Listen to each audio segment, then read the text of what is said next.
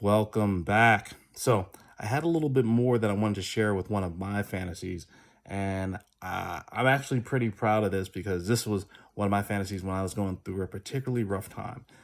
It was shortly after my layoff back in 2016, the last time I've actually ever had a job where I actually had to work for money. And I remember writing this and looking at it, and I did not have all of the pieces and the tools just a few years ago that I actually have available now. And so when I actually wrote this, the tense that I actually wrote it in, I didn't write it in present tense, but I did write it down. And I could think of a number of different ways I could actually improve what I wrote. But nevertheless, I did write it down. And to be able to look back at it, see what it says, and see where I am now is something that's truly remarkable. So I wanted to share, again, just one of my stories as another use case, whether it might be something to help you out or give you some insight on, what do you do in certain situations. So myself, being unemployed for probably maybe about 6 months at this time, looking to become an entrepreneur and essentially create a life and a livelihood for my family. This is what I wrote. All right, so this is on January 8th, 2017. My number one goal of 2017 is to have a profitable real estate investment business.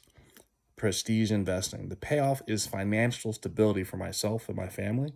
Since I was released from my government contracting role in July 2016, I've been working to determine what my next steps should be. The door had been shut at each of the subsequent opportunities I had been pursuing until my curiosity to continue my business in real estate began. Since then, I have been blessed to focus on it full time with one door after another door opening for me.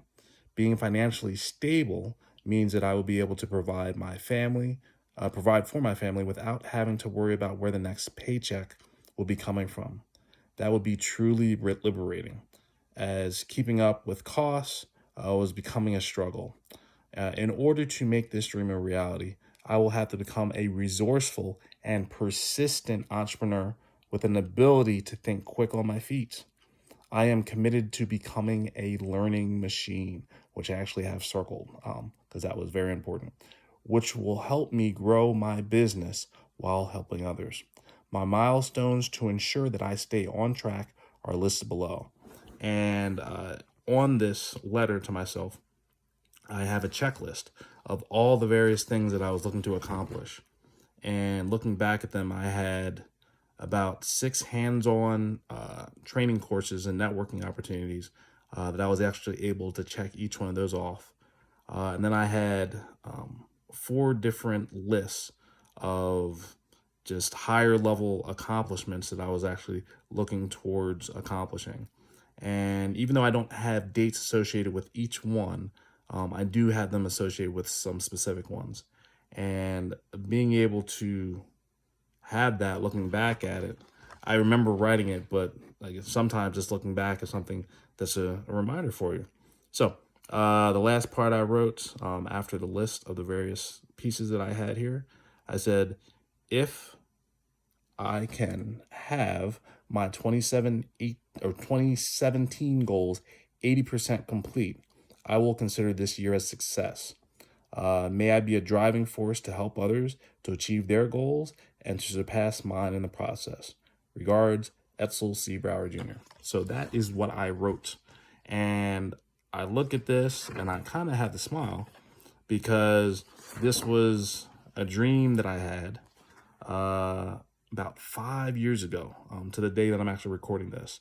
So 5 years ago, I had a dream of becoming financially independent, financially free. And I've actually been able to do that. And the interesting piece of it is I haven't done it through real estate.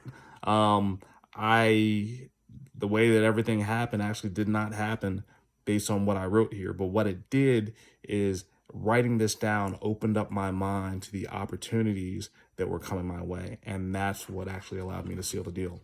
So that's the process.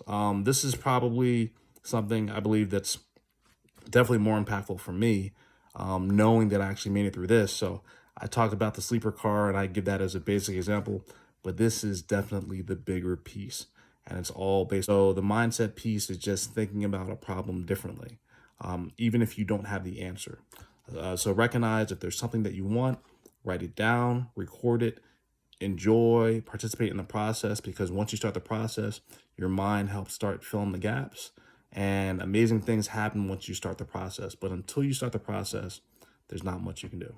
So appreciate you tuning in. Wanted to share that special piece with you, and who knows, maybe I'll have a segment going along with the financial independence side of everything.